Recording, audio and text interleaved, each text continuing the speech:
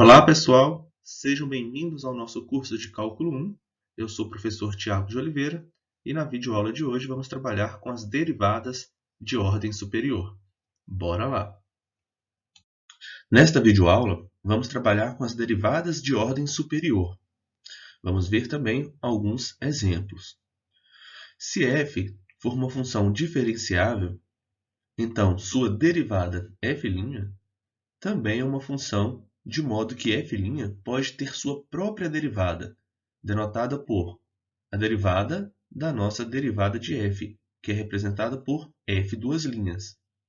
Esta nova função f duas linhas é chamada de segunda derivada ou derivada de ordem 2 de f. Usando a notação de Leibniz, escrevemos a segunda derivada de y igual a f de x como a derivada em relação a x de dy dx, que ainda assim pode ser representado como d ao quadrado y sobre dx ao quadrado, ou normalmente como falamos, d2y sobre dx2. Exemplo: se f de x é igual a x ao cubo menos x, encontre e interprete f duas linhas de x, ou seja, a derivada de ordem 2 de f. Solução. No exemplo da aula anterior, encontramos que a primeira derivada é 3x² menos 1. Isso foi feito na videoaula anterior. Assim, a segunda derivada podemos representar por f duas linhas de x, que é igual à derivada da nossa derivada de f de x, que ainda assim, usando a definição, é igual ao limite de f' de x mais h menos f' de x sobre h, quando h tende a zero. Então, observe que estamos calculando a derivada da f' de x. Continuando, onde tem x mais h, eu vou substituir aqui em x. Então, vamos obter 3 vezes x mais h ao quadrado menos 1 menos, quem que é f' de x? 3x ao quadrado menos 1. Fazendo as operações aqui no numerador, vamos obter 3x ao quadrado mais 6xh mais 3h ao quadrado menos 1 menos 3x ao quadrado mais 1. Podemos simplificar aqui, menos 1 com mais 1, menos 3x ao quadrado com 3x ao quadrado. Colocando o h em evidência aqui, podemos simplificar com h do denominador. Assim, vamos obter limite de 6x mais 3h quando h tende a zero. E aqui vamos ter como resultado 6x. Os gráficos de f', f' e f duas linhas são mostrados nessa figura ao lado. Então, temos o gráfico da nossa função f, esse de azul, o gráfico da nossa função f', que é essa parábola, e o gráfico da nossa função f duas linhas, que é essa reta. Podemos interpretar f duas linhas de x como a inclinação da curva f' de x no ponto x, f' de x. Em outras palavras, é a taxa de variação da inclinação da curva original y igual a f de x.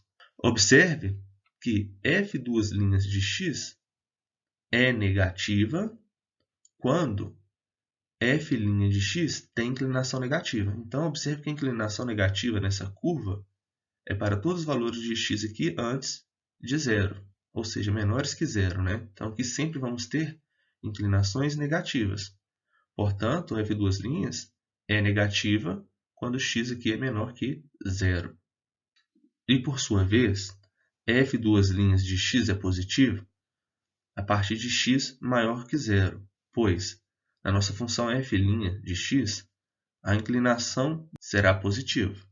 Assim, os gráficos servem como verificação do cálculo.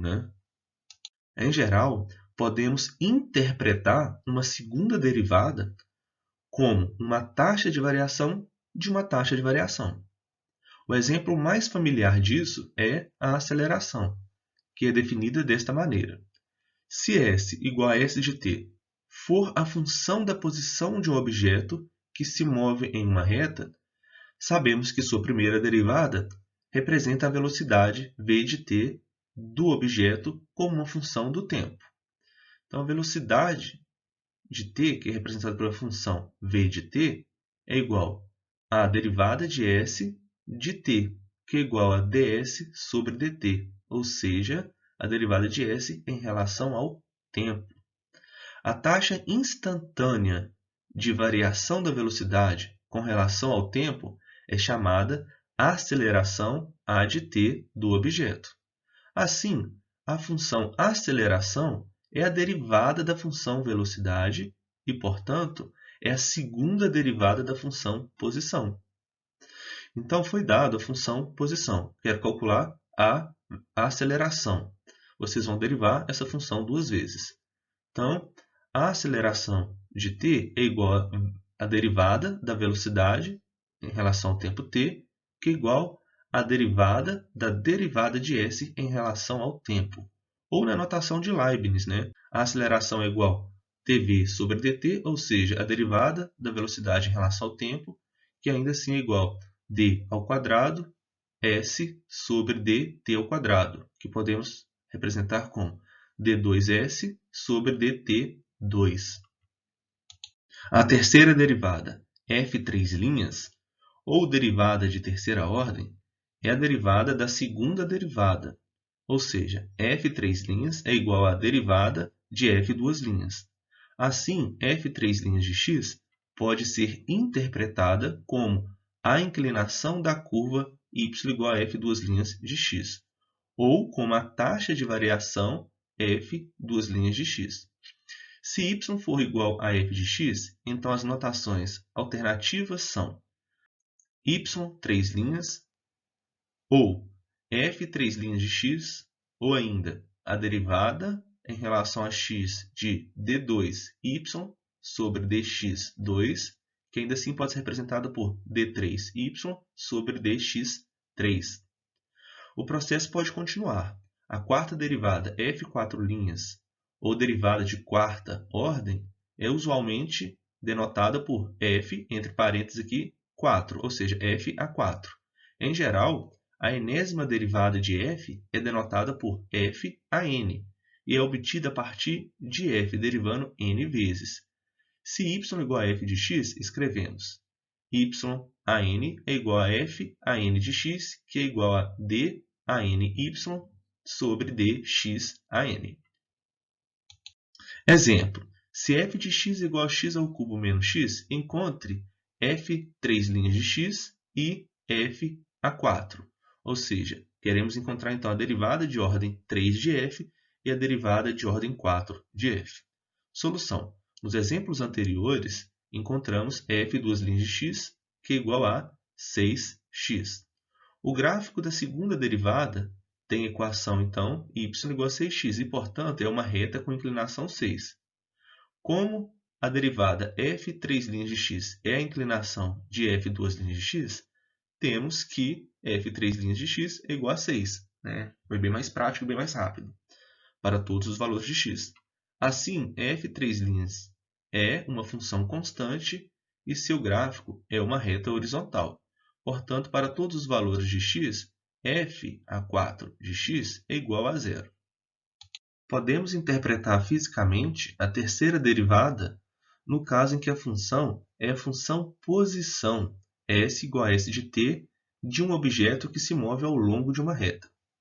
Como s3' é igual à derivada de s duas linhas, que ainda assim pode ser escrito como? Lembrando que s duas linhas é igual a aceleração.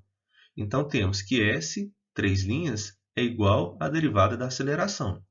Ou seja, a terceira derivada da função posição é a derivada da função aceleração e é chamada jerk, que é representada pela letra j, que vai ser igual, então, à derivada da aceleração em relação ao tempo, que ainda assim pode ser escrito como d3s sobre dt3. Assim, o jerk, j, é a taxa de variação da aceleração. O nome é adequado. Jerk, em português, significa solavanco, sacudida, pois um jerk grande significa uma variação súbita na aceleração, o que causa um movimento abrupto em um veículo. Olha que interessante. Pessoal, os slides foram elaborados com base nas notas de aula do livro Cálculo Volume 1 do Sturt. Um grande abraço e até a próxima.